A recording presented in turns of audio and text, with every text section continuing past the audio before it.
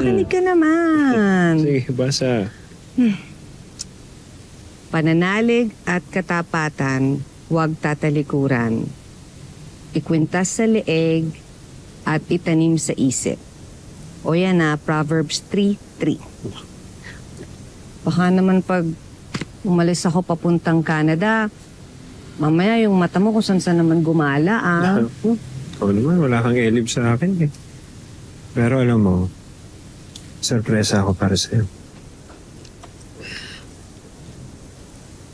Aray ko. Mukhang mahal yan, Bia. Cynthia Minerva de Maggio ba? Wala man akong pera para sa pangkasal nating dalawa. Pero kahit na pumunta ka pa sa dulo ng mundo, mamahalin kita, pati na rin ang magiging anak natin.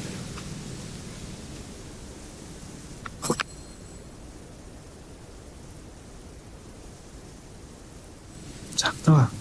Salamat, B. I love you. Alam. Yeah.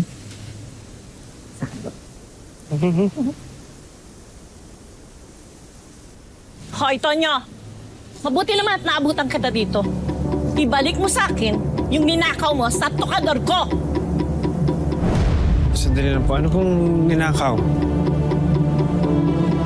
Eh di ang suot-suot ng babaeng nabuntis mo.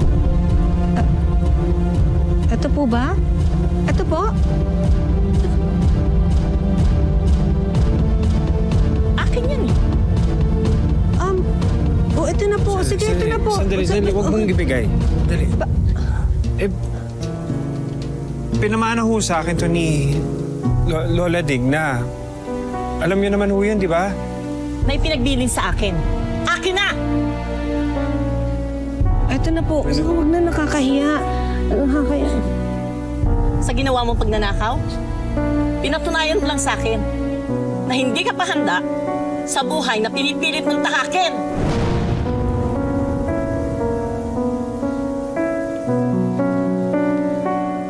B naman, ba't mo naman ginawa yun?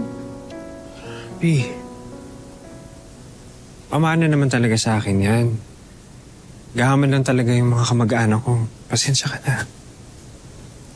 Pero, hindi naman natin kailangan ng kwintas o sing-sing para patunayan na loyal tayo sa isa't isa, di ba? Pangako lang. Sapat na, B. Pangako.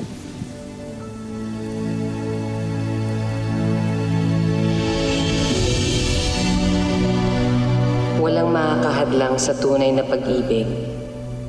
Iba talaga ang saya kapag pareho kayong bumubuo ng isang pangarap.